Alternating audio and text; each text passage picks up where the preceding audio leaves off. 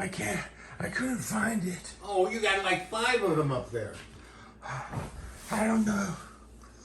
Well, I want this video to have you as the image. Oh, I don't know. I don't know. Well, you then put the camera on the side facing you. Put you on the. I mean, there's a camera on the side that the screen is, right? You're gonna film me? I want you to be the face of this video. I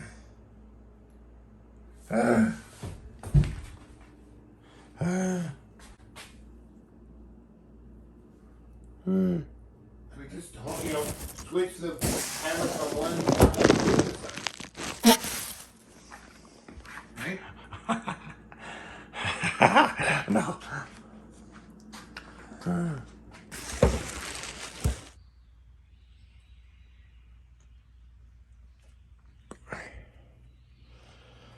Okay.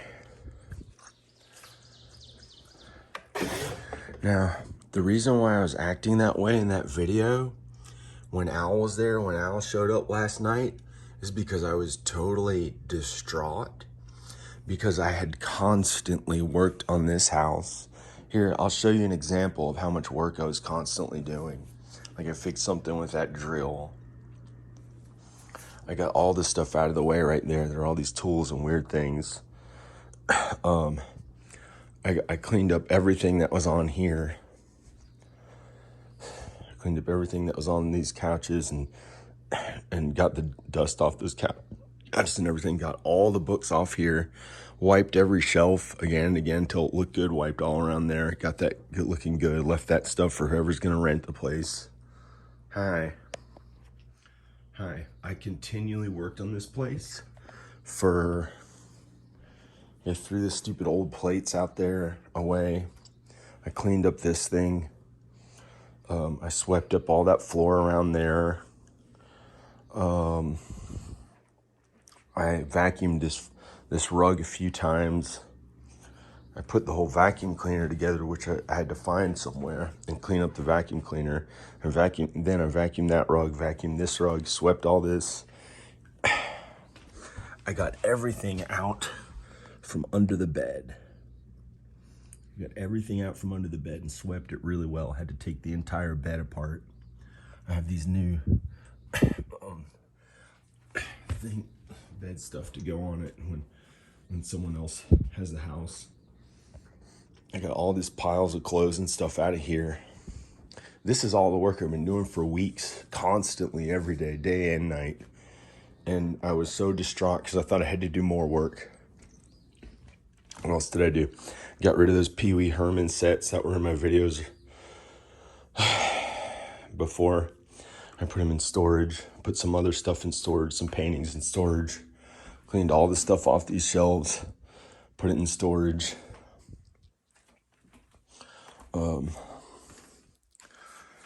Got everything out of these closets. Out of these closets and all these drawers and these drawers.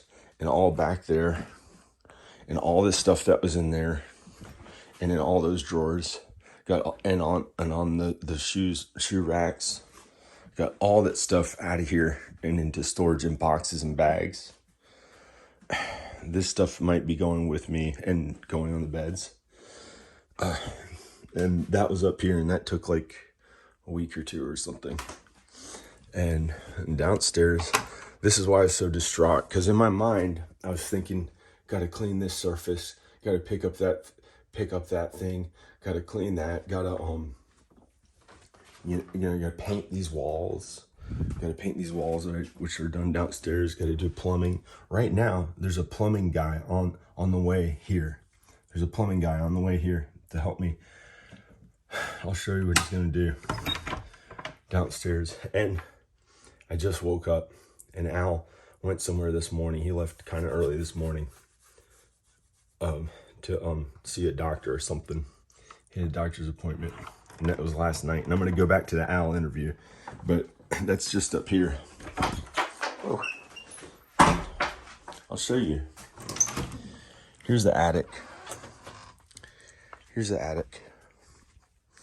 See all these boxes? All back here. These are all things I bagged up and put in boxes. Everything on here. All this stuff is stuff that I packed up and put in boxes.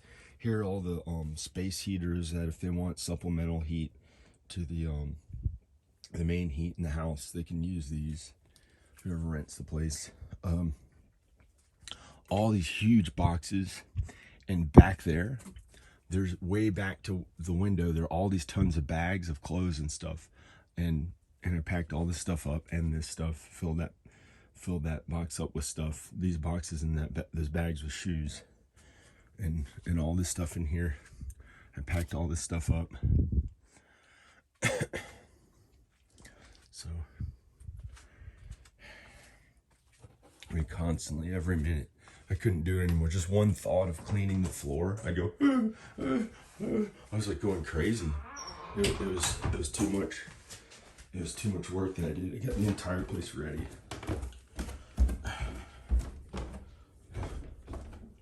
Got the entire place ready. Besides a couple things. I painted these doors white. I finally painted these doors white. And the trim, it's gonna look really good. I'm gonna take some of that, when I take that tape off a little bit. The trim, it looks good. Looks pretty good. All around here.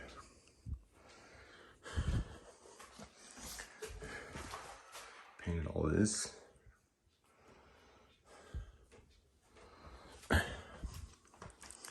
Painted all of this, these doors and the trim. And this is just tools that the guy can use who moves in if he wants to do any of the repairs himself. I'm gonna put it upstairs or something. This is like some of the tools. There are rooms of tools left and paint and stuff after I fixed up the house for 4 years. So I was constantly doing stuff. I got my drum cases together so I can put those in storage if he doesn't want a drum set in the house. I was sweeping up. Of course, I swept up all this and everything, like many times.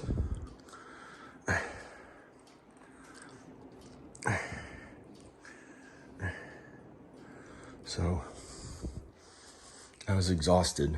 So let's go back to see Al. Oh, this is his room. I've got the paint ready to paint this trim on this side and these doors, so it looks good. I got everything out of this room besides those beds, which I may put those bed frames back together. I just gotta paint these doors, and I'm gonna paint Al's room. I don't know if he wants me to see, but I took these shelves off. Here, so it looks a little better. I'm gonna paint all these walls gray. It's a color here that I'm gonna paint the walls. I'm gonna paint this trim white. It'll look really good. He slept here last night, I guess. This is ready to paint. Got all his stuff out of here. I got all his stuff out of here. He had stuff in this closet. I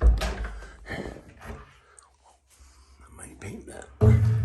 There, so that's all there is left to do is paint some of this trim and get some of the stuff out of here and paint these walls. And the plumber is going to do a little plumbing. I think he's about to, he might be on his way. This looks good in here, all the work I did. And the plumber is on his way to this bathroom. This is one of the, oh, I put that light in. Let me get this out of the way. This is some of the touch-up paint right here. It matches these walls. So I might touch up that right there a little bit. I don't know. Not that important. There's other things that the plumber's on his way. He's gonna hook up the sink and that toilet bowl. By a miracle, he's gonna hook up the sink and that toilet bowl. And then I'm gonna paint these walls white. It'll look really good. Looks really good in here. Girl's bathroom. Her bathroom. This will be a half bath. So that plumber's on his way. He's gonna hook up that plumbing in there and add a little shut-off valve in the crawl space. And in here, I painted the floors. Painted the floors. So it looks done, but I got the paint here to paint the walls all white. So that finally looks good.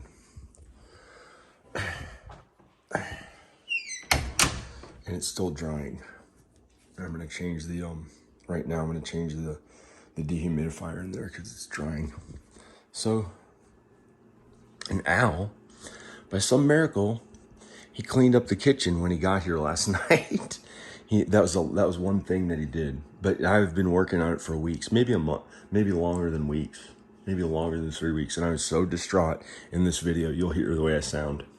Okay, I'm gonna play the video for when he first got here last night. I'm gonna play the rest of it. It was, my brain was barely hanging in there because I barely had sleep and was constantly working every minute, day and night, anytime I was awake, on getting this house looking as good as I can so I can rent it. And got the entire place. I cleaned up the entire basement. I got to do a little bit more to do. One more thing of cleaning down there, and it'll look really good. And I'll show you that. Put all this stuff in storage on the outside rooms. Oh, I even did this. Check this out. This is all stuff that's gonna go down to the garbage. And then I'll show you Al. I got all this stuff out of here. I got all this stuff out of this room. Just gotta clean it up. Get rid of those bins in that door. And this will be a good room. Clean up the floor. Sweep, really just gotta sweep, get rid of those two things. Maybe take off those shelves or leave them, or I don't know. And clean up this stuff. Sweep up the floor, wipe it down with some paper towels. Get rid of that stuff, and this room will look good. This room will be another bedroom.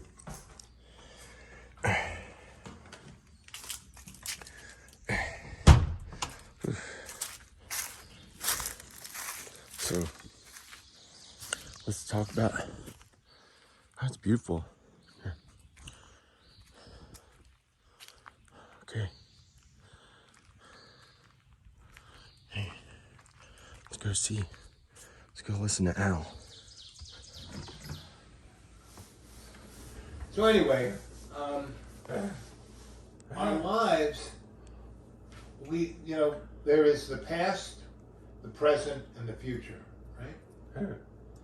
And so, really, the only moment we have is the present. Because the past is like... He said, okay, there's a past, a present, a future. And I said, oh. Right now, that's all we're in. Right now, you're laughing. That's the only thing you got. It's this moment right here, right now. So, the thing is to make that best moment its best. You know? Not think about what happened when you were 7. I mean, if I were to think about what happened to me at 7, being, nearly murdered by a nun, it was so traumatizing. Oh, it's terrible. And then when I think about what kids are going through in Syria and in, the Palestinian are going through now, it's like, and then, the people who everywhere. What happened to it? Kitty went that way.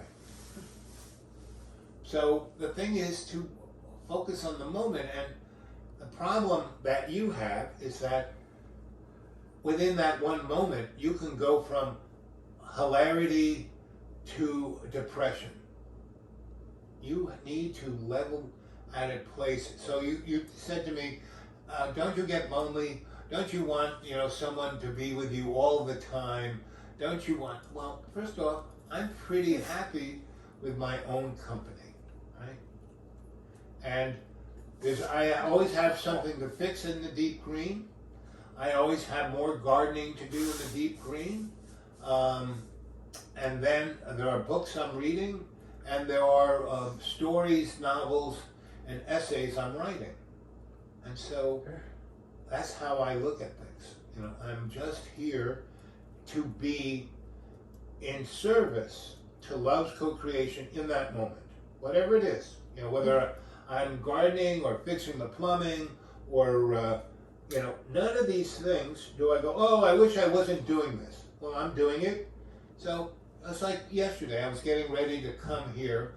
So I had to close things down. I had to pack things away. Because when I'm away, the raccoons get into everything. And there's no trying to get a raccoon not to do what a raccoon does. The best thing you can do is just okay, if I'm worried about this thing getting destroyed by the raccoon, I put it away so it can't get at it. And whatever I leave about, I am gay. I am gay. I'm gay. So if you're gay, that's no big deal. Doesn't matter. I'm gay. It's just, I'm gay. It doesn't matter. All it is an orientation, That's all it is, it's an orientation. So go someplace where there are a lot of gay people and hang with them. I'm not gay. I'm gay. I'm not gay. But tomorrow I'm going to fish I found a photo book. And I'm going to show it to you because... So you be there for loved ones and stuff like that? No, you'll be there for everybody. For other people. Everybody you meet. You Really? are there to serve and be kind to everybody. Not just your family, not just the people you care about, but everybody. And when you do that, because we are all a family. So you be nice to everybody. But I know that. I'm always nice to everybody. That's why I act so kind of nervous, because I'm trying to hope that they feel good and happy and they're the comfortable ones. Don't do that, because then you're being patronizing. All you have to do is be your best self. That's all you got to do. You don't have to be perfect. Sometimes I get along with them and get to feel confident and stuff too.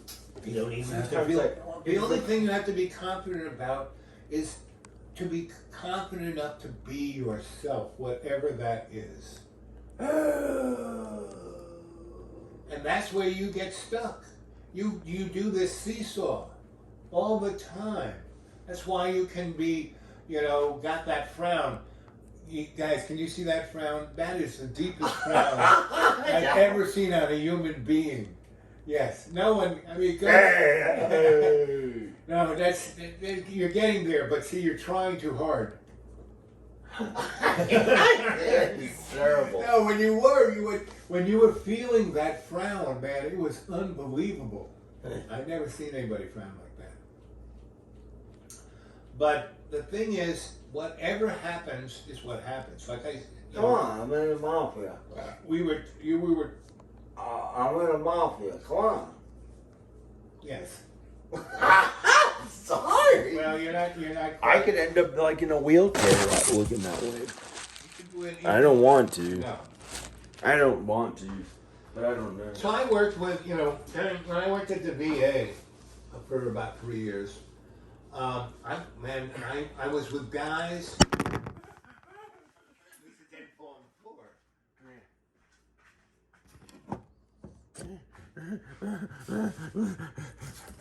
I didn't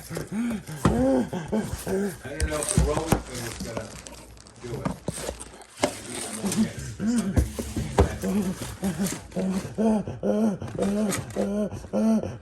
Like you still need to lean it back into the plastic bags to keep the box, keep it from falling over. Because that box won't hold it up. It'll just keep it from falling over. Into the plastic bags.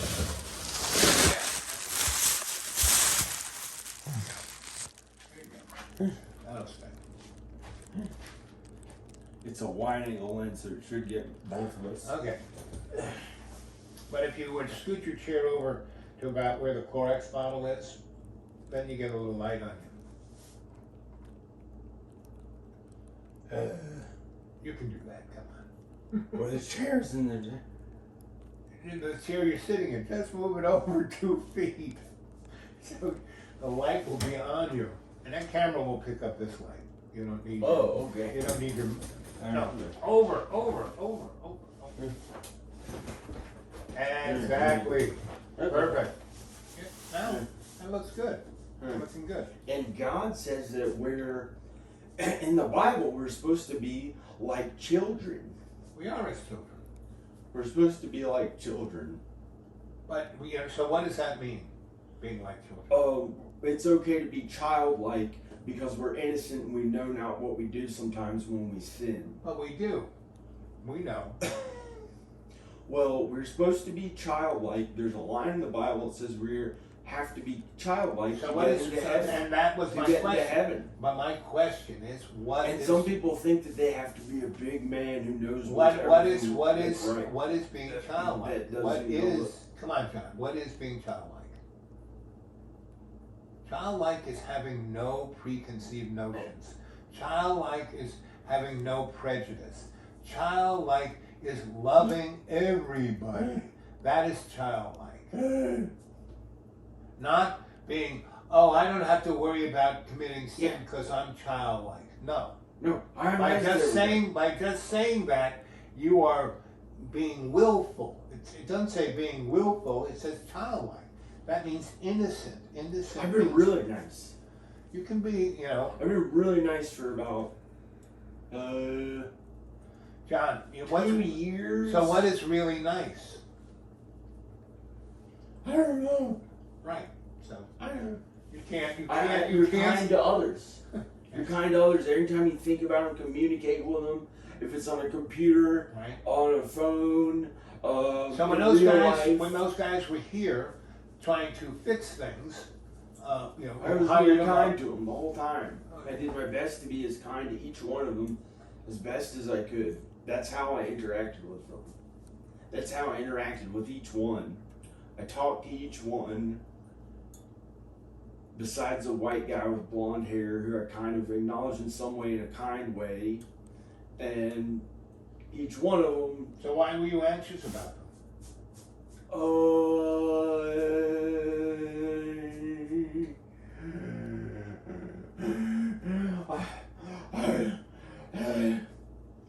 Because there are people at my house who I had to do some kind of work that I didn't really want to do, that I don't like to do, and I had to pay them to help me do it because I hated doing it so much that I was doing it all the time and wanted to break from doing it and thought that would speed along the moving process and get a lot more done in a few hours, and then I could go back to working at it at my own slow pace or whatever pace it was, kind of slow, and I got the whole house ready almost.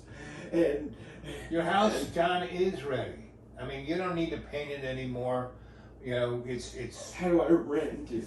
By first we gotta clean up all But of you your gotta stuff. It's a little bit more. All you have to do is take the material. John, first of all, I gotta do a little bit more. Then it's like, okay, I can no, get all you more. gotta do I is can get rid more of the money stuff. Like when I came in here, this place was Just get before. stuff out of here. Yes, just I know what to do. Right, I know exactly what to do. right. So, and I'm here to help you do that. Get the stuff out of here. And we can do it in 2 days. Paint 2 or 3 Right, rooms. Right, you can do Paint that. the trim on the doors and outside of your room. But not while I'm Get here. a plumber's coming here tomorrow. Okay, just don't And paint. if Just the don't floor's paint. dry, while I'm here because I'm really allergic. Oh yeah, and it's acrylic paint. Still, I'm allergic to that. I mean, You are? Yeah, like the vapors from that floor in the bathroom is affecting me. So, at least in the day or two that I'm here. Did your mom, when you were growing up, did your mother, When I was in her uterus. did she make you cover up your neck with a scarf when it got cold? No. She didn't care. She didn't give a fuck. She didn't? No. Why? Because she was more intent about her own whatever. Oh, that's kind of like somebody else's mom. Pretty much everybody's mother is like that. Danica's mom's Yes. like that. Everybody's like that. To her you know? growing up. You know, unless My they're mom wasn't. because your mom is an Italian mom by one generation, so that's what Italian. Yeah. You know, She covered up our necks with a right, scarf. and that's what my we grandma wouldn't get did for cold. me. My grandma did that for me. You know, she put a scarf on, and so by the time I but moved my back with mom's my giving- family, I knew that when I was 7 years old, when I came back, my father said to me, "Who are you? You're not one of us. You don't belong here." Do you know how wrong that is for someone's father to say that? It's like, well, I wasn't there for the last 7 years, so logically, because I'm a logic guy, I said, okay. And every time my father would do something horrifically bad, meaning when I was, you know, trained, got my master's in social work as a counselor, that was like one of the worst things you could do to a 7-year-old kid is tell him that you didn't belong to the family, they didn't know who you were, and you weren't important enough to even get to know. And that was my dad. And instead of me going, you know, like, oh my God, it's so terrible, oh my father. No, I said, what's wrong with this guy? Who screwed this guy's light bulb in the wrong way? Because I had this unconditionally loving grandma who, you know, she had a house that was only 2 blocks from where my parents' house was. So, and this back in the day, at 8 years old, I could just say, I'm going to grandma's and walk that 2 blocks myself and go into her house. You know? And so I always knew there was a safe, unconditionally loving person within 2 blocks of me. Right?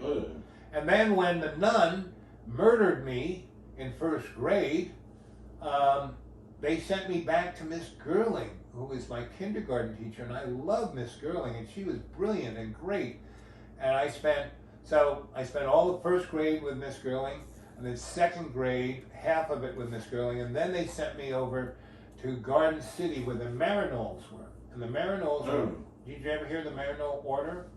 I don't know. You're a Catholic. You know, there's Franciscan, there's Jesuit, and there's the Maryknolls. And the Maryknolls are like the nice Catholic priests and nuns. And they're the smart ones, right? And they're the ones who wrote, like Thomas Merton.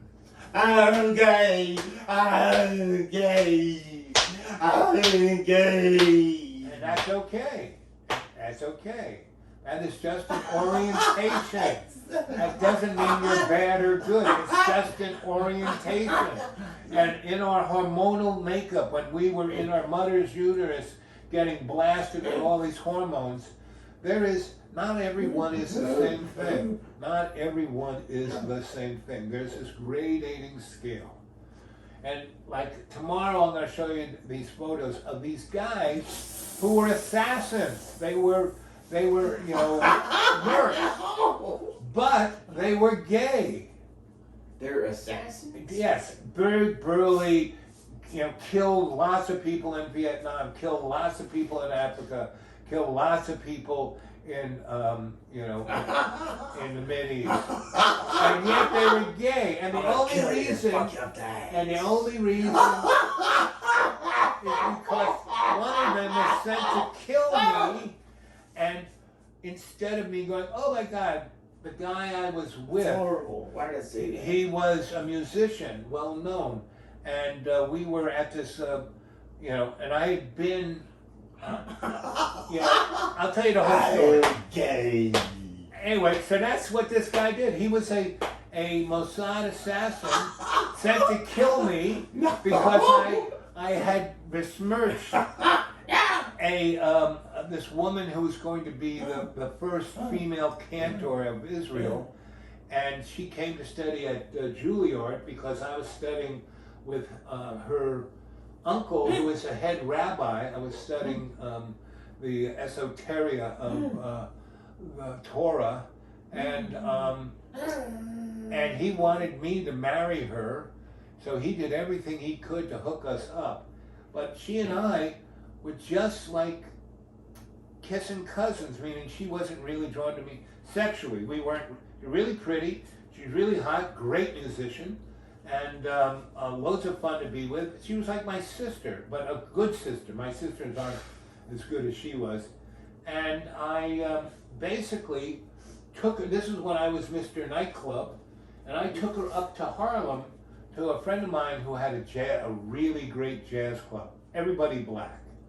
So we went in there. Instead of, everyone treated me like I was just like welcome home. I knew all the people in this club. I had wired the club. And so, you know, people were waiting online to get in this club, and then, oh, Al, come on in, you know, and they put a table right in front, and this combo was playing unbelievable. So she played the clarinet, and this big black guy played the baritone clarinet, and their eyes met, and that was like the electricity, right? And so these two were like, and after his set, he came down and goes, Al, good to see you, but who is this ravishing beauty? You know, this African queen, this, you know, and so I could tell these two were meant for each other. So I was like the Yentl, meaning, so that night we went downtown and had dinner at Luna's, where after they closed, and then we went over to walk up Harlem River Drive, and I was like 10 feet behind him, and they were holding hands. Anyway, long story short, she ran away with this guy. And my rabbi said, Al, you got to get out of town. People are really pissed that you let her run away with a black guy. Oh, they're after you. You got to get out of town. You got to go high. So I did, you know, for about a year. I was moving around in Europe. Then I came back and I tried to ease my way in. So I stayed at my friend's house, who was a pretty well-known musician. And we did the same thing. We left his place. He lived in the West Village, and we would go to this place called the Paris Commune and have breakfast. And then we'd walk across town, and we'd go to Weiser's, which is a real esoteric bookstore. And the front of the store, anyone can go in, but there is this kind of really interesting double mirror that you have to walk through to go in the back, where they have the really interesting books, and they have a great bakery and a great coffee shop back there, and you can read these great books back there. So anyway, we did that like almost 5 days in a row, right? Because it was a beautiful spring week, and I just come from cold Ireland, and it was sunny, and my buddy, he had just gotten a new girlfriend, and they had a baby, so they're going to get married. And her best friend was Jane Fire. And Jane Fire and I had instantaneous connections. Anyway, so it was really fun.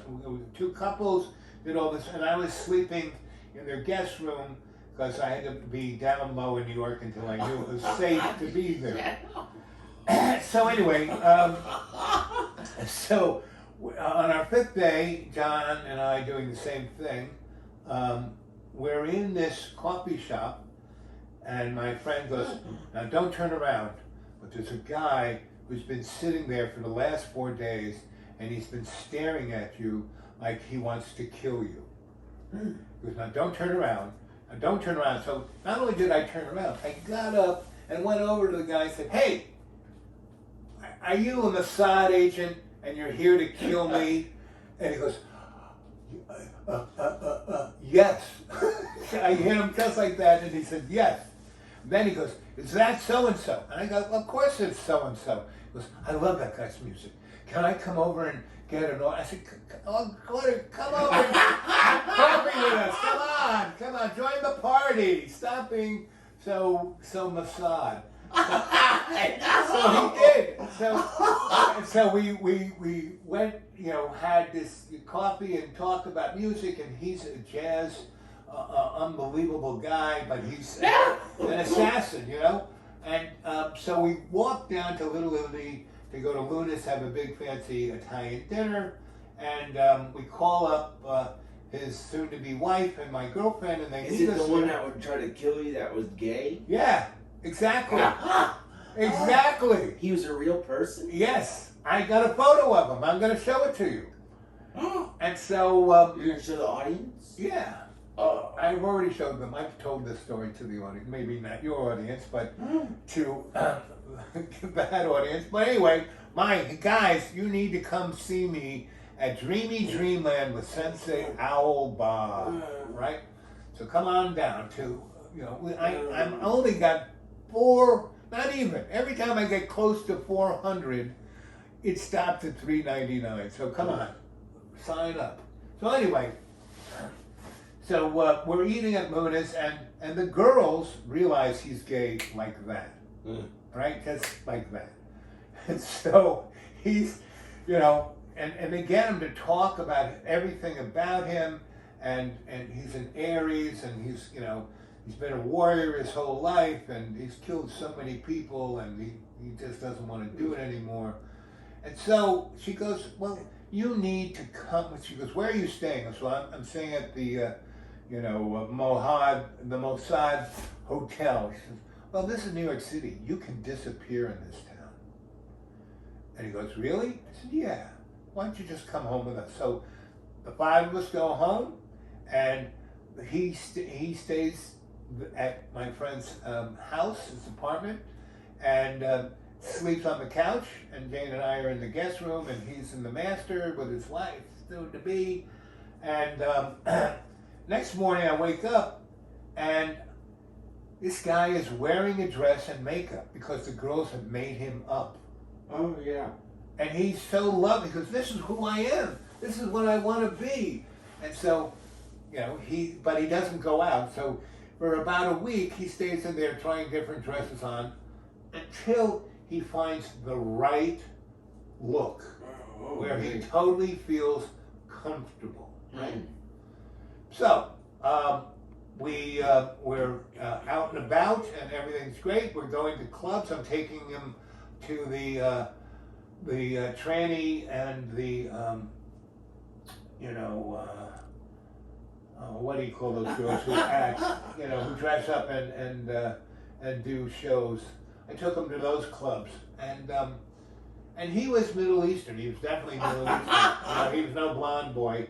So I took him up to the black clubs of that nature, and drag queen. That's the term I was looking for. So anyway, he gets totally enthralled. Oh, he was already gay. Yes, but he just came out when the girl said, you're gay. And they dressed him up in clothes, and he said, yes, this is me. And then he found his perfect look, and so he felt comfortable walking around New York, and he was like missing in action. The guys at Mossad are going, where is this guy? And so he not only, he's not just in the West Village, he finds his real people up in Spanish Harlem, in the Spanish gay community up there where the drag queen clubs were. The black and Hispanic ones right on the border.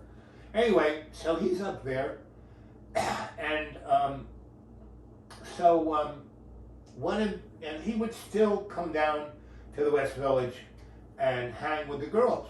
And so we were out, and I'm, Jane and I are just like this. We're so in love. So I'm have no problem, going out with the girls just to hang with Jane, because Jane was great. She was, she had a punk band. She worked at CBGB's, and she played at CBGB's, and she cut some album on Virgin, and she was a big club girl, and so Jane Fire. Yeah, Jane Fire. If you go Google Jane I Fonda. heard of her. Yeah, she's. So this is the '80s, you know. So Oh. this is like, you know, not. So they had like fun stuff like that in New York. Yes, all over the place. But they had fun stuff like that everywhere I went. You just had to look for it. Every place I went. I mean, I was in the capital of Syria. Starts with a D. It'll pop into my head. Dakar? No. Anyway, I was there, and this was, you know, before they blew the place up. This was like in 70. Damascus? Thank you. That's Oh, it. yeah. You got it. You got it. Ding, ding, ding, ding. Damascus. Yeah, great. So I was in Damascus, and I was there on I was living in Sweden, and I was living in Sweden because I had a really good buddy who was a musician, and we knew each other from Mass. He was from Worcester, Mass. How did you travel? How did you travel and feel okay in all those different places? I just loved it. I was just me, and by being me, and by being kind to everyone, like here's a good So example. you had something to feel happy about. Right, and so here's a great example. So, when was it? 92 or 3. The guy I was working I think it would take me wearing makeup, being in really good shape, feeling like I look my best. I mean, I would always look like this. You know? I never looked any other way. But you feel confident about Yes, yourself. right. I have no problems. So anyway, because of the love, the unconditional love I got from my grandma, who was always logical, you know? She was always logical and unconditionally loving to me. Not to everybody, but to me. Anyway, so my buddy, he couldn't come back he married a Swedish woman, and this is during the Vietnam War in the 60s, and we were, you know, artists in Massachusetts then, and he got his draft notice, and he just decided to go to Canada with this girl, which he could do, and he did. He just went to Canada and was living in Toronto, and then he went from Toronto back to Sweden, married her, became a Swedish citizen, but he couldn't come back to America. And he became very successful being a musician in Sweden, right? And he couldn't come back, and so he got married, was being successful, had 2 grandkids, and his father was a Marine.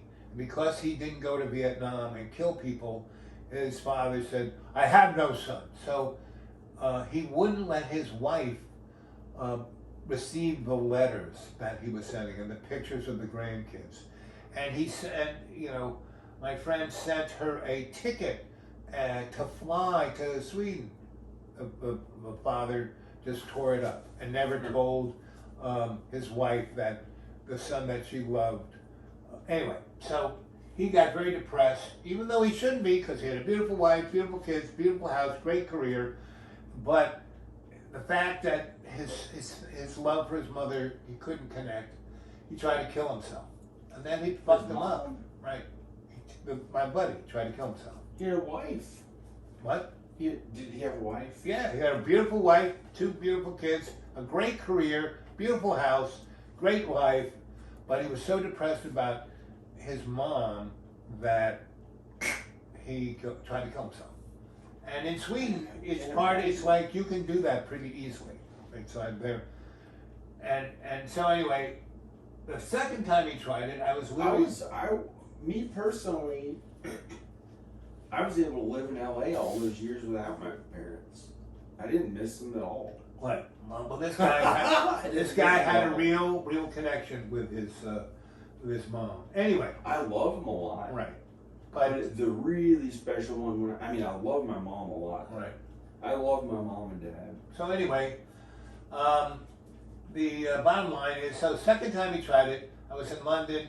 She called me up, you need to come here and straighten him out because the shrink he's got is like worthless. So I get on an airplane, fly there, and I walked straight into his hospital room, and I basically grabbed him by the shirt. I said, "What the fuck are you doing, you stupid fucking moron? Oh, I feel so sad." I said, "Fuck that shit." You know? I said, "How long have you known him?" He goes, "I don't know, maybe 10 years. He goes, "What do I do all the time?" He goes, "Well, you make money and then you go on these extended vacations." And so I said, "We're going on vacation. You don't need to kill yourself. You need a vacation." Oh yeah. And so in Sweden, the people there are so neurotic. You think you're neurotic, John? You are not neurotic compared to most Swedish neurotic people. So anyway, we go down to the someone tells me that you can go down to the Stockholm airport and they got a board, and if you're ready to get on the airplane, you can go for free anywhere, and you get the hotel room. So that's why I lived in Sweden for a whole freaking year, because I went to 22 different countries all around the world with these boring Swedes. And so when I was in Damascus, that was, not a Damascus, but everyone got along. The family who ran that town, it was like, that country, it was like, as long as you didn't diss the government, you could do whatever the heck you wanted to. And so we stayed at a really nice hotel. All the Swedes went to bed early. The people who were Swedish and who were living in Damascus, who were party animals, took me to all of these late night clubs. And they were every kind of flavor of late night club you could ever find.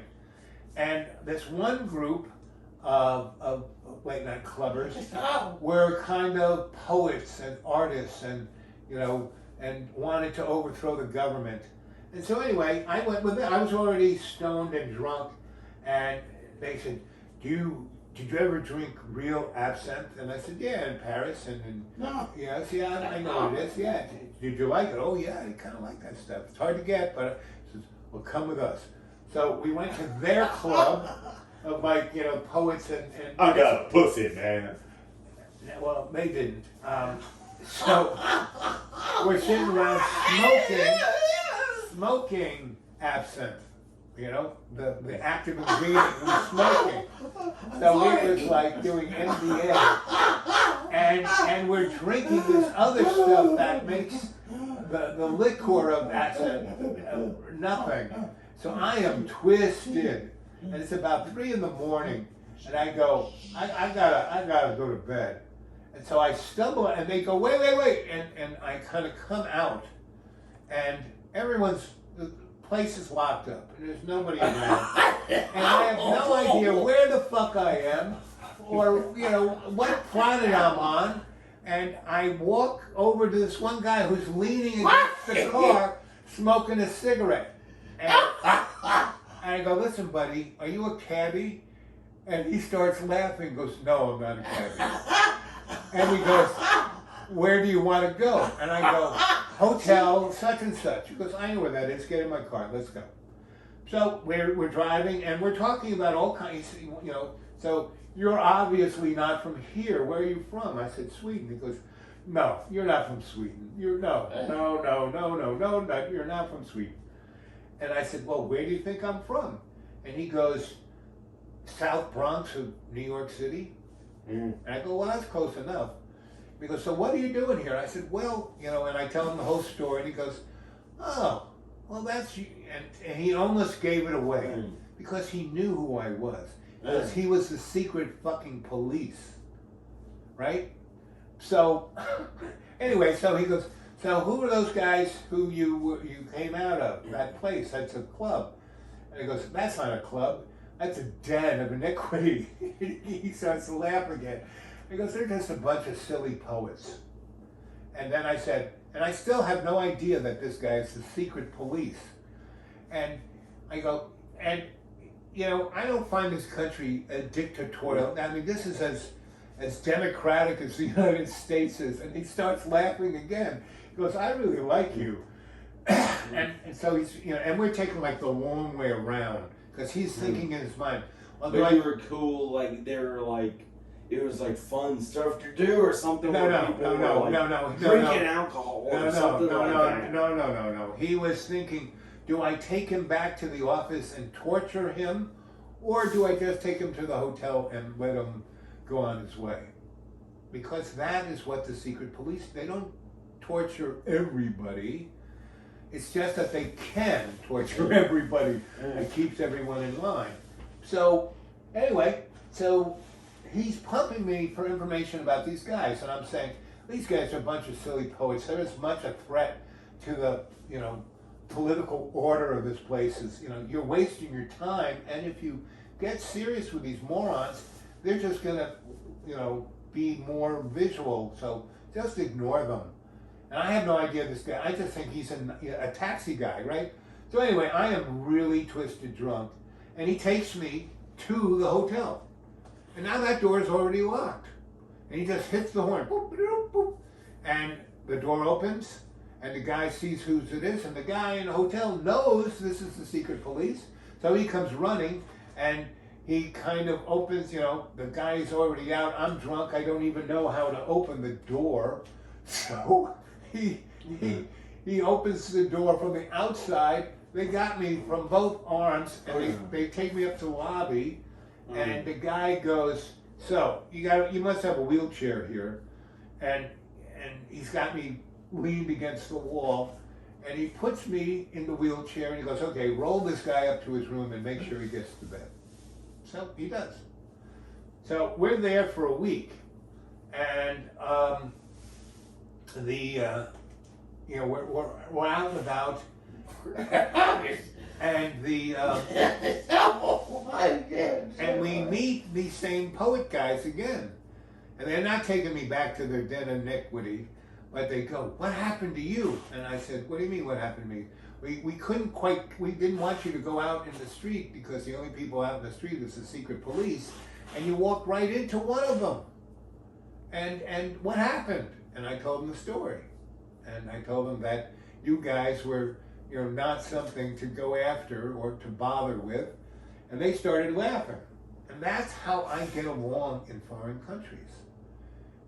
I just stroll into these events, and the better outcome, instead of me getting tortured and ending up in a field as fertilizer, I got delivered back to my hotel room, right?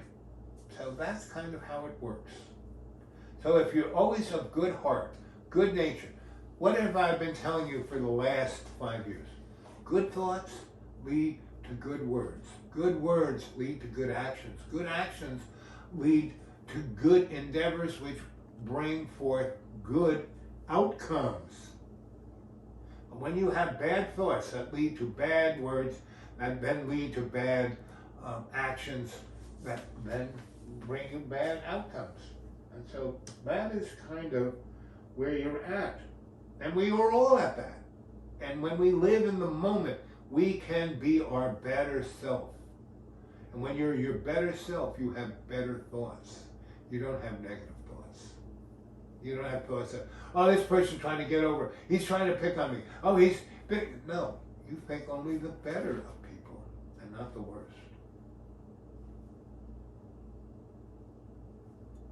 So, what happened to the Mossad assassin who came to get me and became gay, right?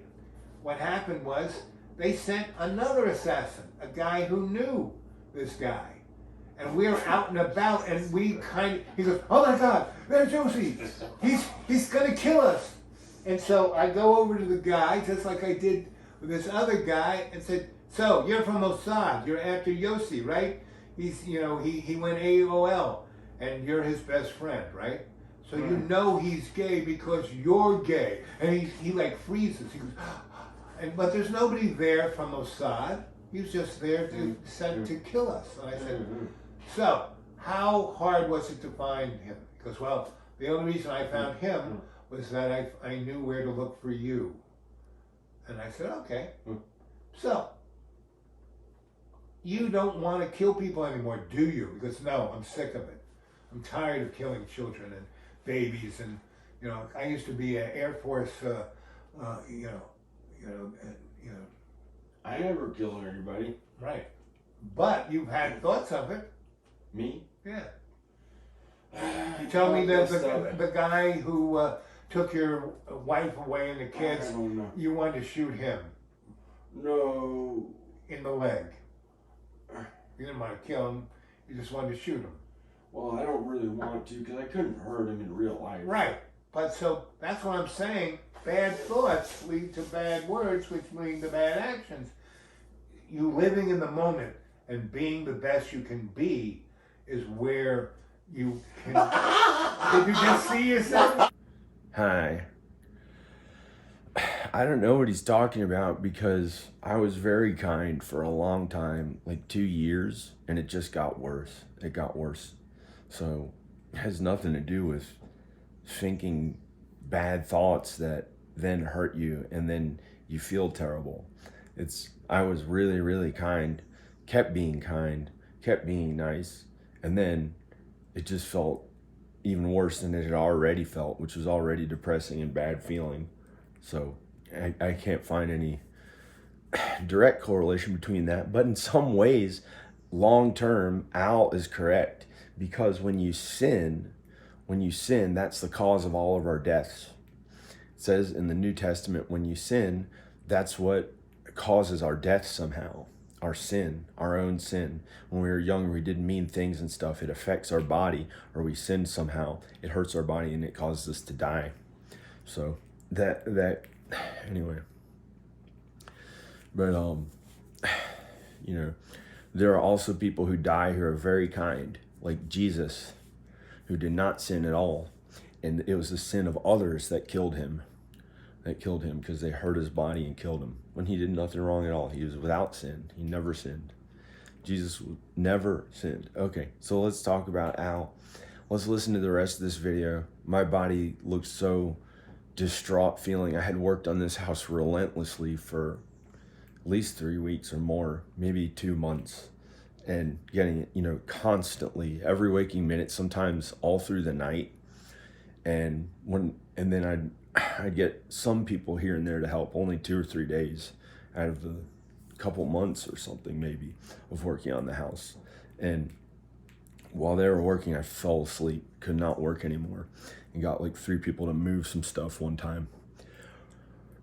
So, okay, I was so crazy sounding in this video a little bit because I was so distraught and without sleep and constantly thinking about little things that I had to do on the floor, like cleaning little things or whatever, and getting the house in order, getting all the stuff off all these shelves.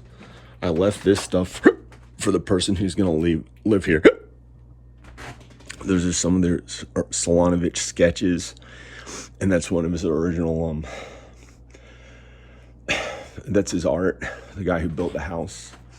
So I got everything out of there and everything out of there. And okay, so it was like I needed a break, and I think Al will help me to kind of relax and be a regular person again, because I was starting to sound kind of nuts. I mean, I was just trying to laugh hysterically. I didn't even know what he was talking about. I didn't even know what he was talking about. I had no idea he was telling a story about anything. Here and there, I'd hear things like a gay assassin, but I was just laughing. I had no idea what he was talking about because I was so distraught I could barely function, having to clean and get my house ready and paint. And I fixed the plumbing leak and getting the plumbing guy to come here and fix stuff. And like, he's coming here now, and I don't know if I can even talk to him, but it's ready for him to finish the thing he was working on before. And when he's done with that, then I'll talk to him about this bathroom, hooking up all the plumbing in one of the half baths. At least get that hooked up. And then I don't want to think about it anymore. There I can change the toilet flange in the bathroom. I painted the floor and panel. I don't want to think about it, but I'm gonna go. Okay, bye. I'm gonna try to take a break. I think I can get back to normal and happy feeling again and stuff, and maybe even look better, feel better about myself. or something. I don't even know. Maybe I'll look. I don't even know. I don't like the way I look when I feel stressed out. But it's like sometimes people can't tell. So I'm gonna go. Okay, let's hear the rest of Al's story. I think he's almost done telling his story. Okay, bye. I'm taking this down. Apparently, she never wants to be with me. That's been exhaustive in itself. Trying to.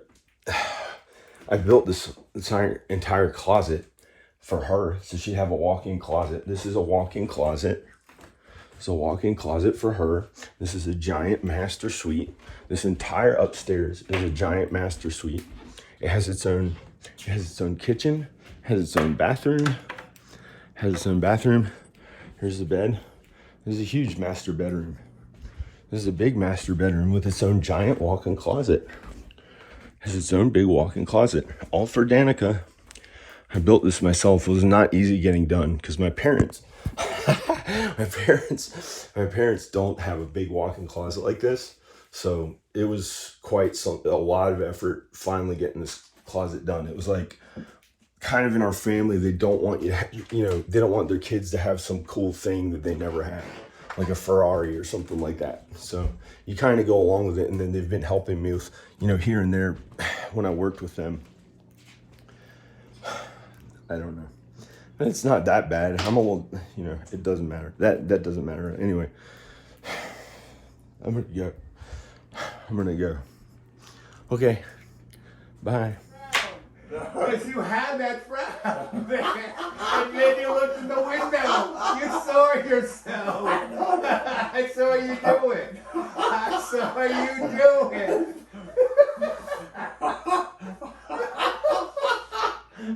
Isn't it better to laugh than to frown? No, it is. Come on. Now, come on. Come on. You can't tell me it's better to frown. No. Sorry. I won't believe that one.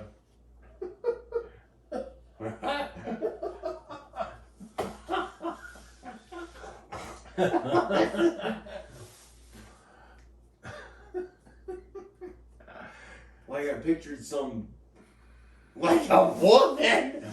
Like what if there's a woman in the room that was like you're talking to and socializing with, and she had, I don't know, like she made a face and she was going. Oh, I've seen that many a time. I've seen that many a had time. like an Yes. No, I've seen that. But like there was something about like everywhere she went, you could tell what her asshole looked like. No, she kept making an no, expression on her mouth. No, I never looked at and that. everyone knew like that she had really tight pants, and you could see like almost like her actual butthole.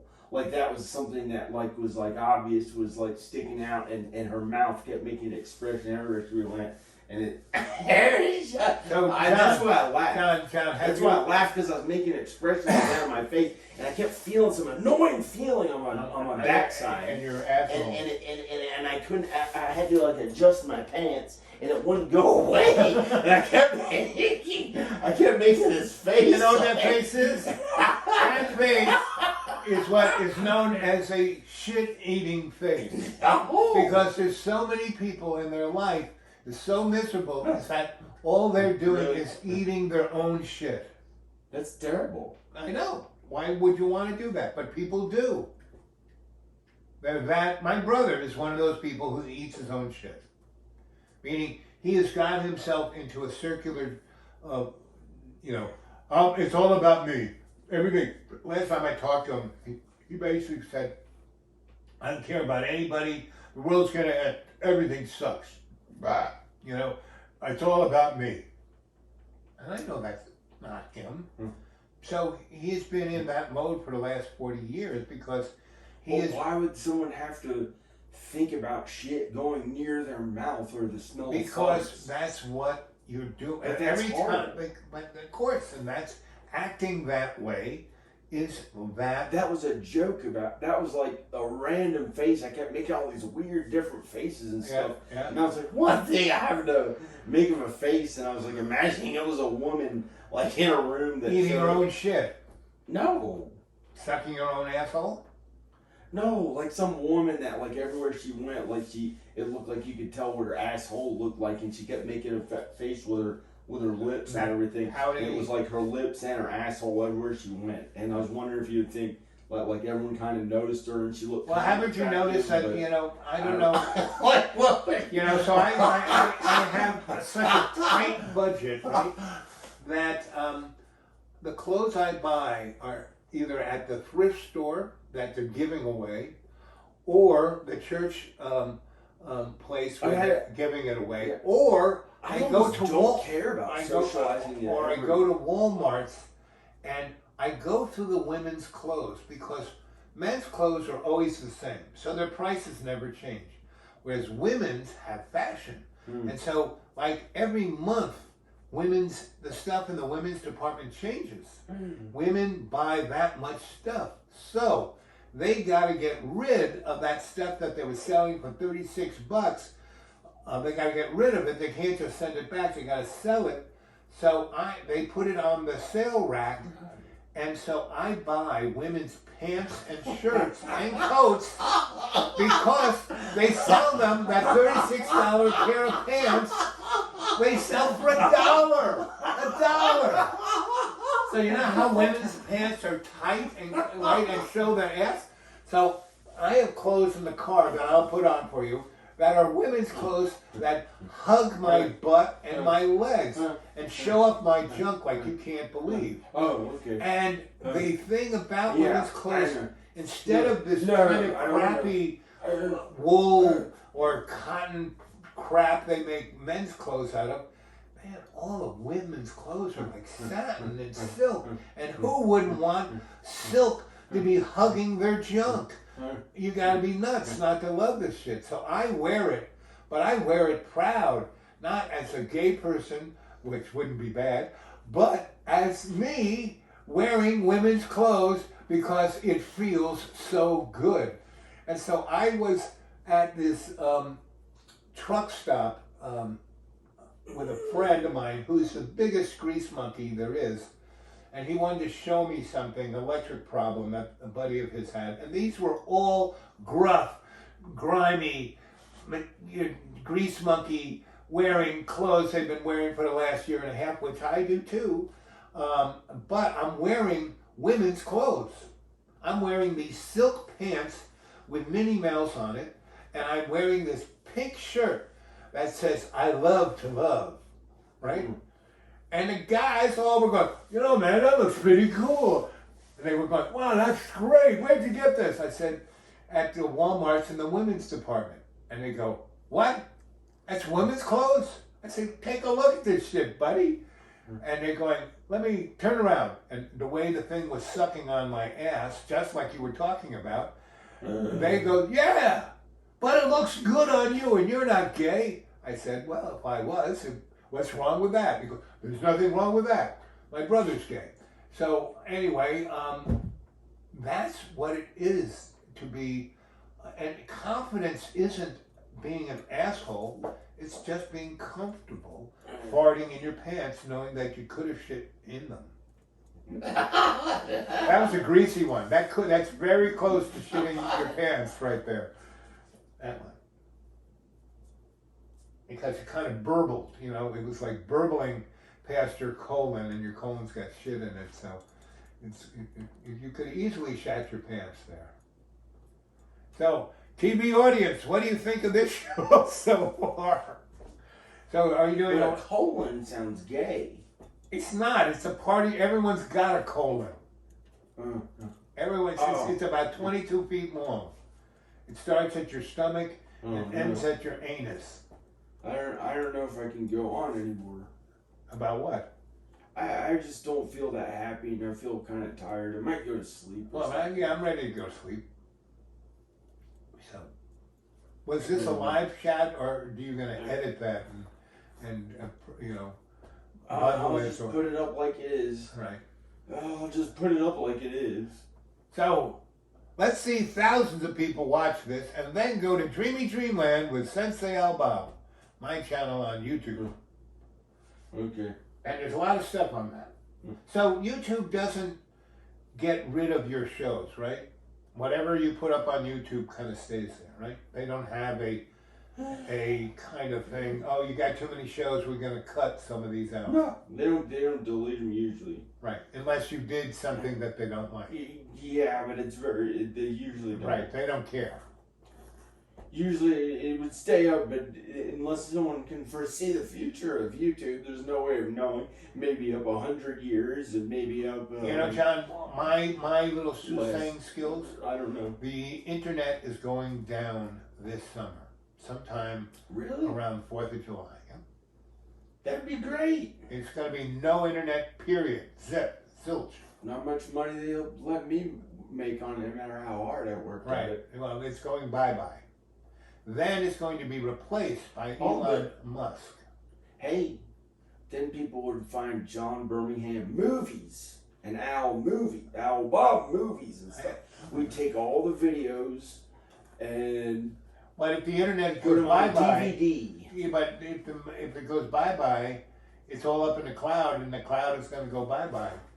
And then you'd have mail order magazines, mail order magazines and stuff, and then you We'd have to order produce movies. Yes, we produce more content. That's for sure. But I always got. I'm a big Hollywood movie man. Yeah, That's all I fucking do. yeah. So if we go to California, first of all, it's going to be sometime around. I'm gonna turn it off. No. Oh, I'm gonna go. Okay. Bye. Click like in the video, subscribe. Here's John. Check out Owl Bob's stuff. Bye.